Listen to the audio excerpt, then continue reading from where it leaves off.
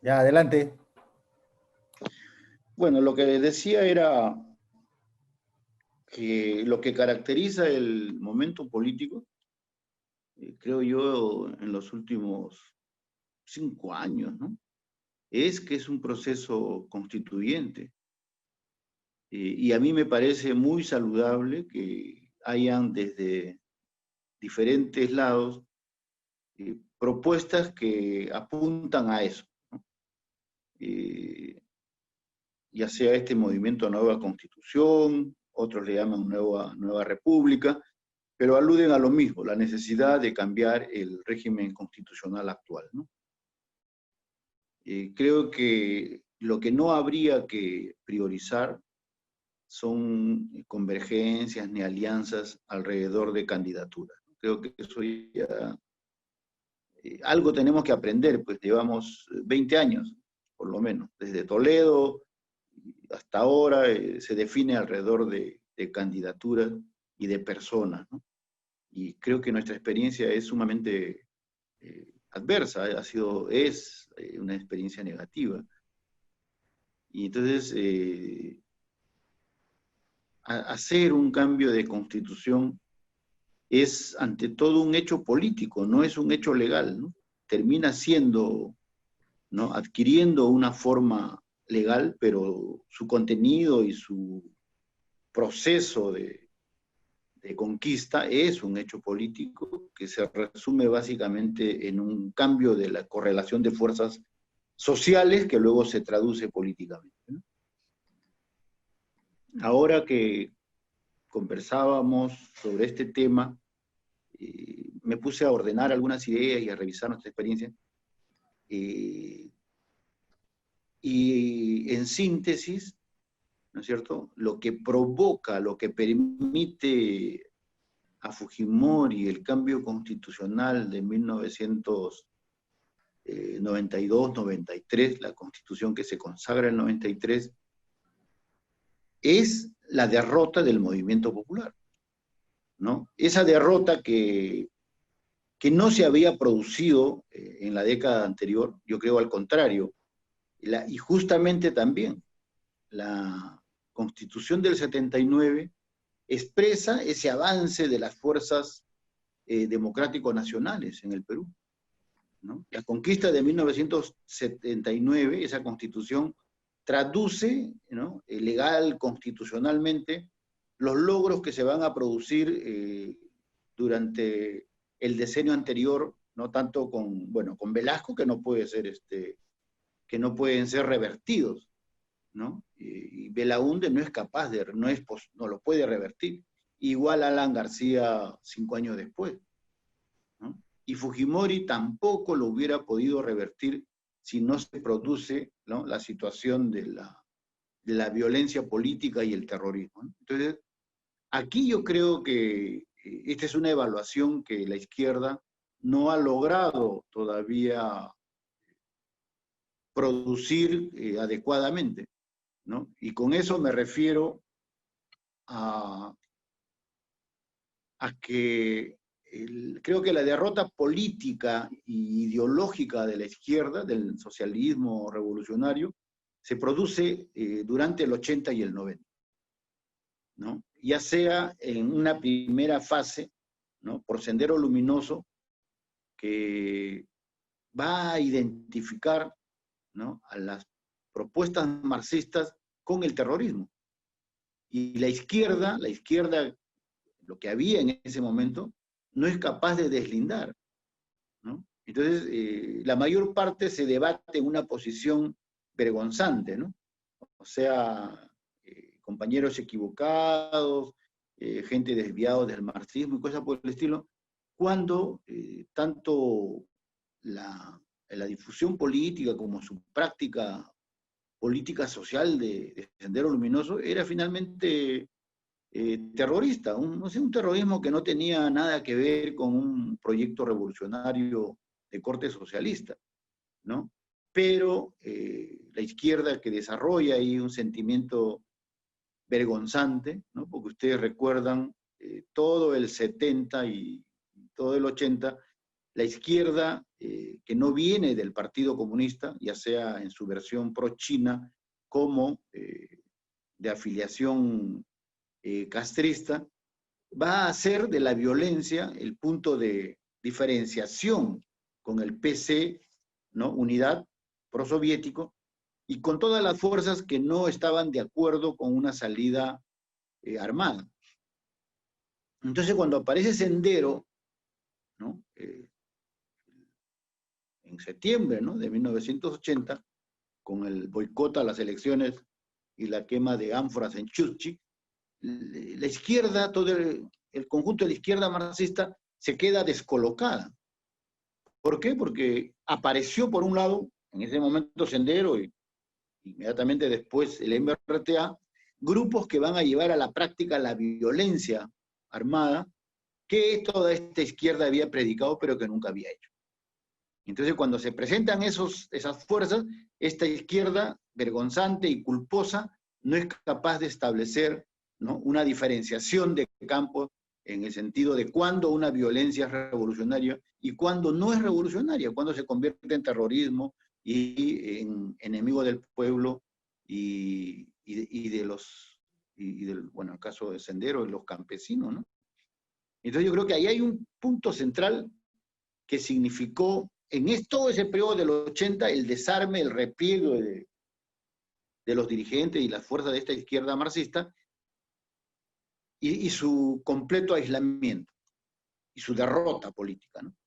Y posteriormente, yo creo que esa derrota ideológica y política se ha consumado porque Sendero no solamente hacía una prédica y una práctica violentista, ¿no?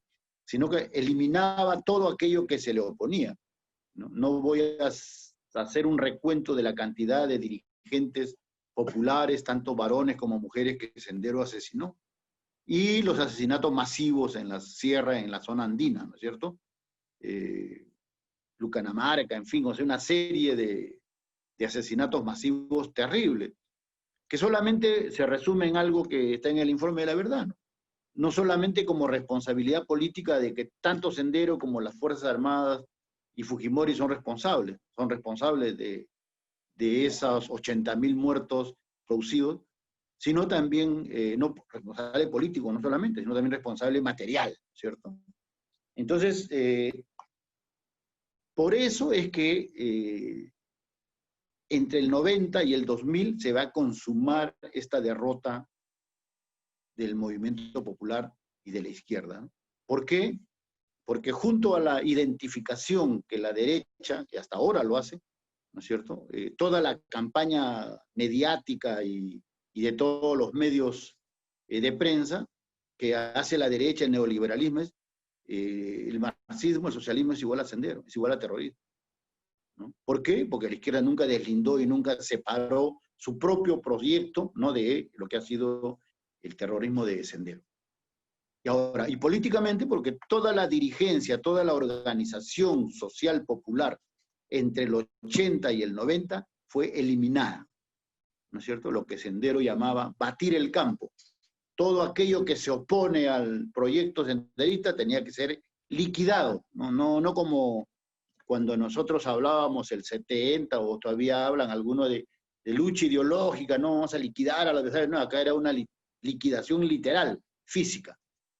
Ahora, y luego, del 90 al 2000, lo que quedó, lo que quedaba de organización social popular, lo liquidó Fujimori, ¿no es cierto? Ya sea mediante leyes que cambiaron toda el sustento legal de la representación gremial, sindical y popular, como también, en algunos casos, el Grupo Colina y acciones reaccionarias, armadas, ¿no? de los jueces sin rostro, de las Fuerzas Armadas, en fin.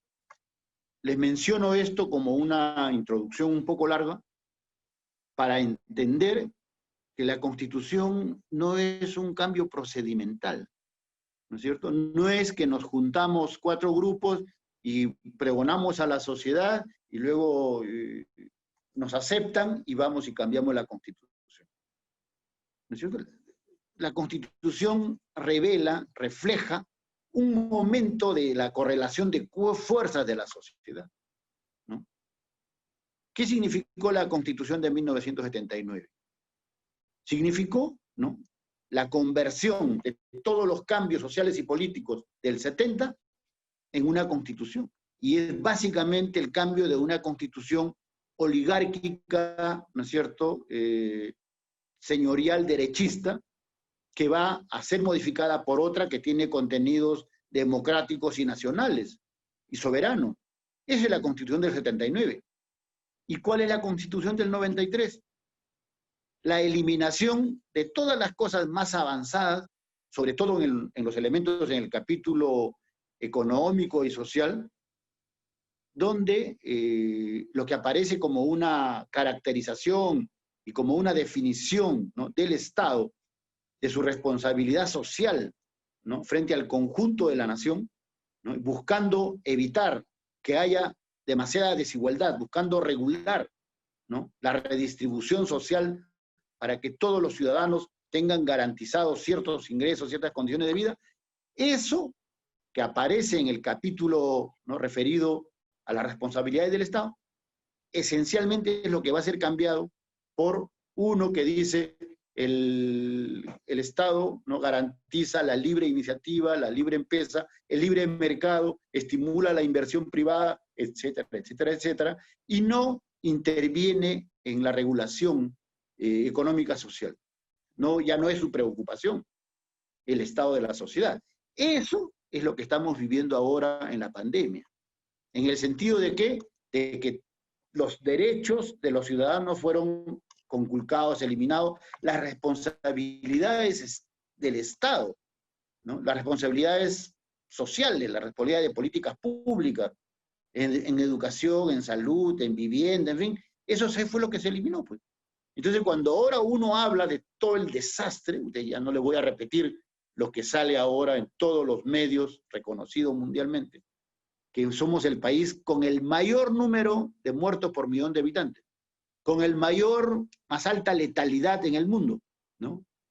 Que la cantidad de muertos por la cantidad de enfermos en el Perú es más alta, a pesar de que son cifras falsas, ¿no es cierto? Ahorita las estimaciones, según los informes también con el MINSA por la cantidad de, ¿no?, de muertos mensuales, ¿no?, la dirección esta de defunciones, estamos más o menos en 70.000 o 80.000 muertos, ¿no es cierto? Y 600 y pico de infectados. Entonces, hablando en la proporción de cantidad de muertos por enfermo, en el Perú está en el 10%, cuando el promedio mundial es 4%, 4.5%. Ya, esto ha llegado a tal punto que ayer, si no me equivoco, el gobernador de Florida ha dicho que no quiere seguir el ejemplo del Perú, ¿no? Cuando hay toda una discusión sobre si nuevamente van a hacer cuarentena o no, el gobernador ha dicho no va a seguir el ejemplo del Perú, donde no ha habido la más larga cuarentena y hay el mayor número de muertos. O sea, somos ahora hasta un ejemplo negativo a nivel mundial, ¿no es cierto? Ya, eso. ¿Producto de qué es? De esa Constitución del 93, ¿no?, que elimina todas las responsabilidades sociales del Estado y lo traslada al mercado. Dice que se regule en el mercado, se oferta y demanda, el que puede compra su servicio, el que puede paga a su médico, en fin, el que no puede, bueno, ya es su mala suerte. Eso es lo que ha provocado el desastre que estamos viviendo. Eso y la incompetencia, la ineficacia y la indolencia de Vizcarra y este gobierno.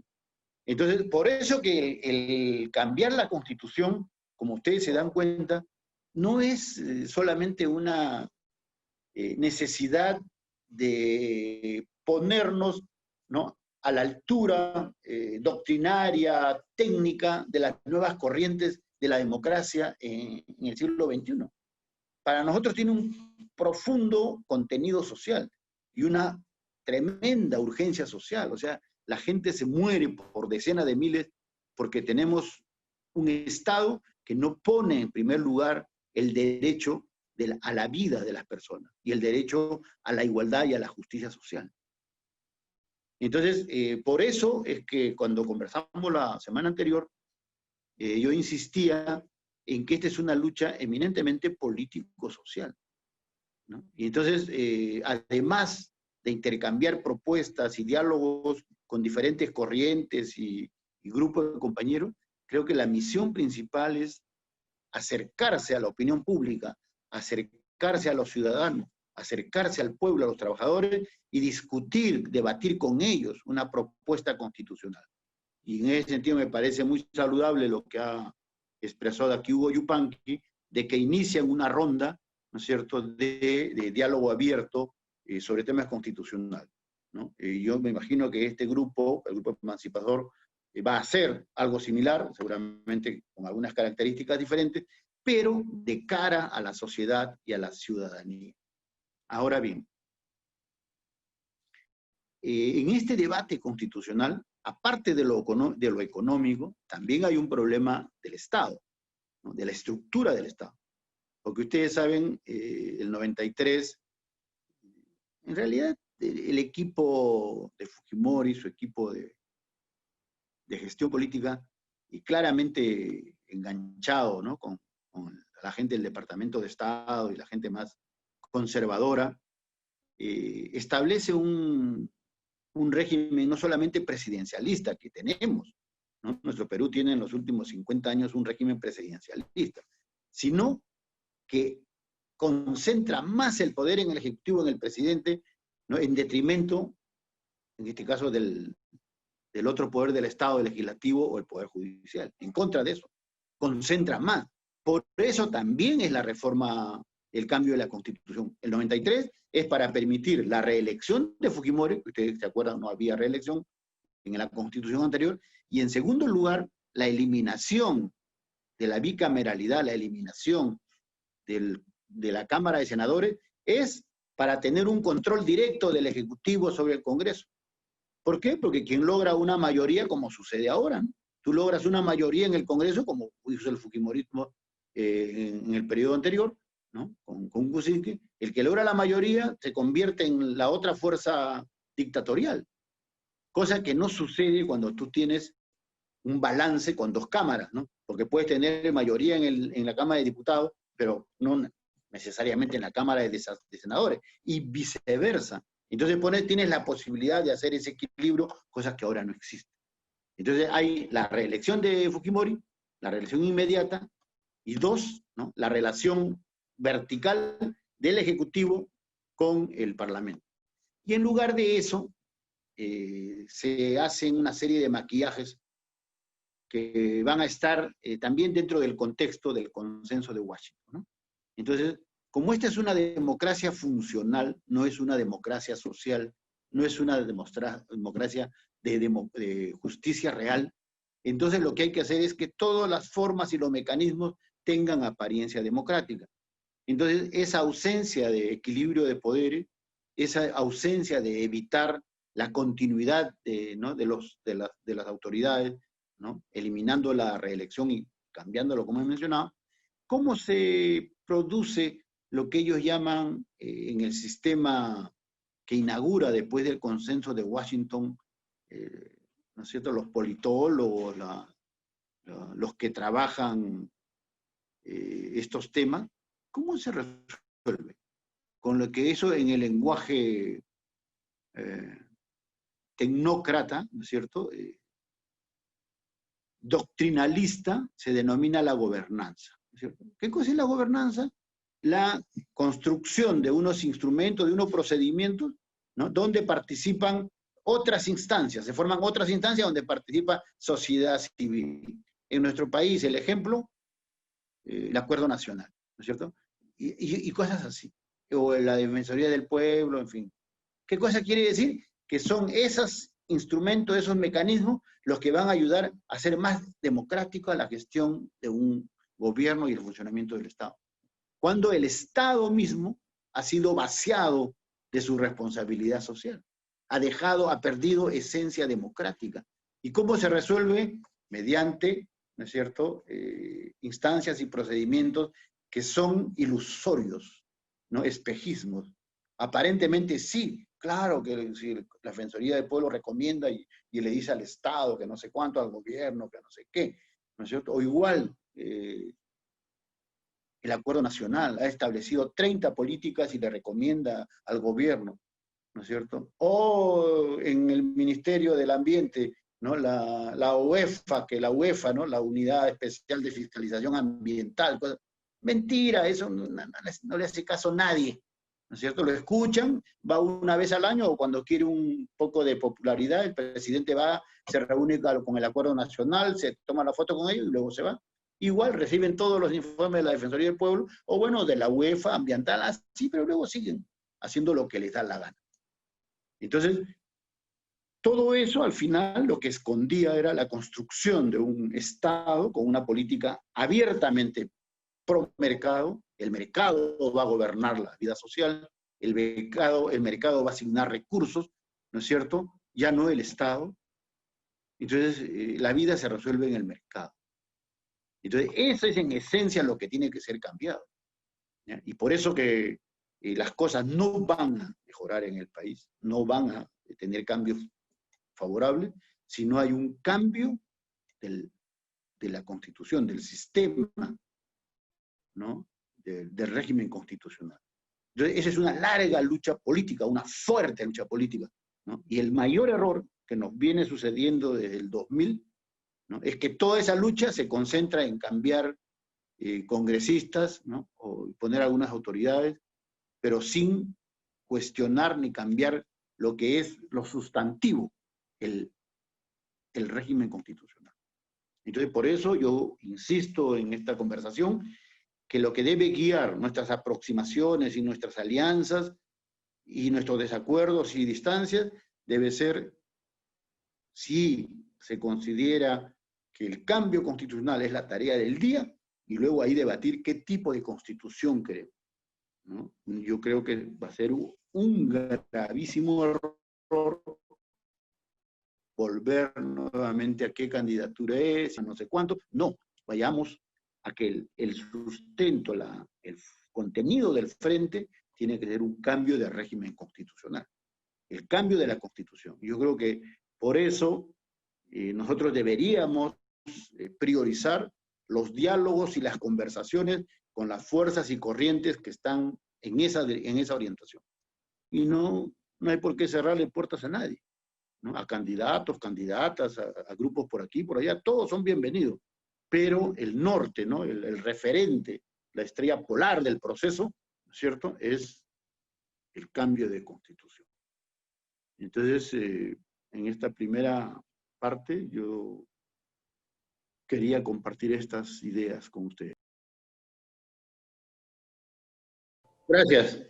Lo que digo ahora, para mí es mucho más claro que la reunión anterior, que las ideas gruesas, matrices, creo que están sobre la mesa. Entonces, como dicen en mi pueblo, cuando el suelo está parejo no hay que seguir brincando, ¿no? Hay que caminar. Entonces yo creo que acá hay un acuerdo básico en que hay que, el eje de la lucha, la orientación, es el cambio de la Constitución, una nueva Constitución.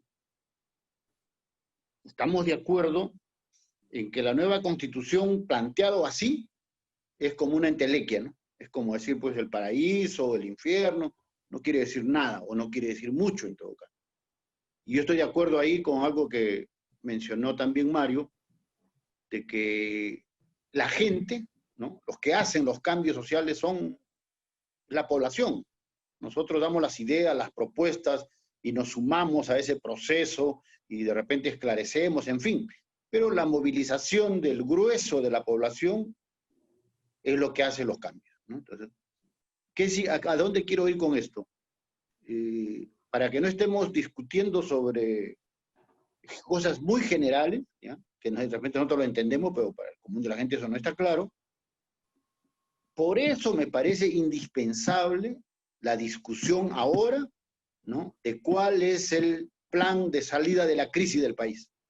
Ese es el eje de la discusión. O sea, la Constitución, la posibilidad de articular a la población, a los aliados, a las fuerzas de la vanguardia política, en fin, y de las masas, está alrededor de esta discusión. ¿Cuál es el plan de solución de la crisis del país? No solamente la pandemia, que es lo más urgente, ¿no es cierto? Pero ahora, la caída del PBI en 15, 18% es una caída brutal. ¿no es cierto? ¿Qué significa eso? Que va a haber menos trabajo. Ahora se habla de 6, 7 millones de desempleados, ¿no? Se va a achicar el mercado porque la gente no va a tener plata, ni siquiera para los informales, porque simplemente la gente ya no va a poder comprar. En lugar de comprar 10 panes, comprará 3, 4. Entonces, el hambre es el siguiente problema ya en curso, que será más grave a partir de fin de año y el siguiente año. Sobre el hambre, ¿qué viene? La enfermedad, ¿no? Uno de los problemas que tiene ya Lima, que tenía el Perú y Lima, ¿no? Era que hablábamos de un 40% de desnutrición, ¿no? A nivel general, en algunas regiones se iba hasta más, en el sur andino sobre todo, ¿no? ¿Y qué cosa viene? Lima es, creo que, una de las ciudades con mayor porcentaje de tebecianos en América Latina. El hambre, ¿qué cosa va a hacer? Va a aumentar todas esas enfermedades, pues. Va a aumentar. Entonces, los muertos de la pandemia pueden ser ahora 80.000, terminará con 100, 120.000. Pero lo que llaman ahí, ¿no?, eufemísticamente, ¿no?, los daños colaterales, esos serán 200.000, 300.000 más. O sea, es prácticamente, ¿no?, ya no un desastre, es una hecatombe, ¿no? Es, hablando históricamente, similar al efecto de la guerra con Chile. Y seguramente en algunos casos peor.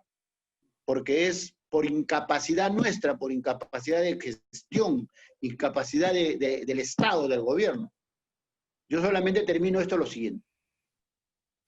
Gran parte de la movilización, de la sensibilidad y de la indignación ciudadana, ¿no es cierto?, que produjo la guerra con Chile, cuya expresión más alta fue González Prada, ¿no? Y de ahí nació toda la intelectualidad del siglo XX, nace de la guerra con Chile, ¿no? Porque de González Prada luego nace el Grupo Colónida, donde no solamente estaba Valdelomar, está Vallejo, está el propio Mariátegui, y nace Mariátegui y el proyecto socialista a fines del 20. Todo eso nace, ¿no es cierto?, sobre la base de una indignación, ¿no?, y un terrible sentido de humillación y de ofensa de la nación luego de la guerra con Chile. Ahora, ya, se van a juntar dos cosas históricas importantes para el país. Una pandemia, ¿no es cierto?, que te deja con 300.000, 400.000 muertos, que seguramente es lo que va a quedar para finales del año siguiente, ¿no? Y que se da en pleno bicentenario. ¿Qué significado tiene eso para el país? Si en esas circunstancias las fuerzas renovadoras, las fuerzas de justicia, las fuerzas de equidad, no somos capaces de tener, ¿no es cierto?, esa respuesta de indignación, ¿no?, esa reacción ética y moral, ¿no?, de buscar una salida para el país, nos va a pasar 30 años, ¿no? Porque acá venimos desde el 90, desde la derrota ante Sendero y Fujimori, ¿no?, consumado en la década del 80 y definido el 90, y nos han pasado 30 años. Y nos van a, si ahora, en estas circunstancias históricas de tremenda significación y efecto sobre la nación, no sabemos responder adecuadamente, pasarán otros 30 años. Ya nosotros no seremos parte de eso. Serán nuestros hijos o nuestros nietos y de repente ni nuestros hijos, ¿no? Porque luego de una ausencia de siquiera indignación, ¿no?, ética, moral, que fue la voz de González Prada, ¿no?, que generó, ¿no es cierto?, un despertar de la conciencia, si ni siquiera nosotros podemos hacer eso, entonces, sinceramente, la debacle ética, moral y política del país tendrá para mucho tiempo. Entonces, eso es lo que nos estamos jugando. En conclusión, yo diría 3 cosas. No hay discusión constitucional si no hay una respuesta ahora al problema inmediato, porque los millones de peruanos quieren una salida al problema del país. Para nosotros todo eso está en la Constitución, para ellos no. Pensión en una canasta de víveres, ¿no es cierto?, y cómo se reactiva el empleo y se protege el trabajo. Eso es para la gente. Si nosotros somos capaces de vincular eso, ¿no?, y que en el proceso se den cuenta que eso es causa de la Constitución, pero eso es lo que nosotros tenemos que generar, no discutiendo e intercambiando Constitución, sino discutiendo un plan de emergencia, un plan inmediato. Mario dijo la vez pasada que él había avanzado ahí una cosa sobre un plan. Yo sugiero que eso se discuta. Yo tengo un artículo, creo que Jorge lo tiene, que escribí hace como 10, 12 días, ha circulado en algunas redes, termina eso con un plan de emergencia, un plan inmediato. Eso que yo lo voy a, si no lo tiene, se lo voy a entregar a Jorge para que ponga ahí en plan de emergencia que requiere el país, ¿no? Hugo Yupanqui ha dicho que ellos tienen una constitución elaborada hace 10 años, no sé cuánto, que los alcance. Y luego nosotros veamos qué otras constituciones hay en curso, aprobados, elaborados. Entonces hagamos y iniciamos después una discusión constitucional. ¿Ya? Pero no sigamos dándole ya más vueltas y vueltas, no, ya están claras las cosas. Cuando está claro más o menos lo que hay que hacer, hay que ponerse a hacer, ¿no? El resto ya es, sinceramente, disculpen, ¿no? Ya un poco de perder el tiempo, cosa que ya no estamos viejos. Cuando teníamos 20, 30 años podíamos pasarnos en el café 10 horas imaginando todas las revoluciones que podíamos hacer. Ahora, eso ya no tenemos tiempo. No tenemos tiempo. ¿Cuánto es nuestra, optimistamente hablando, 10 años? ¿No? Los 5 años. Entonces, entonces yo sugiero entregue a Mario, yo voy a entregar lo que he avanzado, y la siguiente reunión es para discutir eso. En segundo lugar, que hagamos una recopilación de las propuestas constitucionales para iniciar el debate constitucional. Y en tercer lugar, hagamos una discusión de estrategia, de cómo va a ser este proceso, ¿no?, de Archal para hacer viable una salida constitucional al país. Eso es lo que yo propongo, compañeros, y que sobre esos materiales trabajemos la siguiente semana.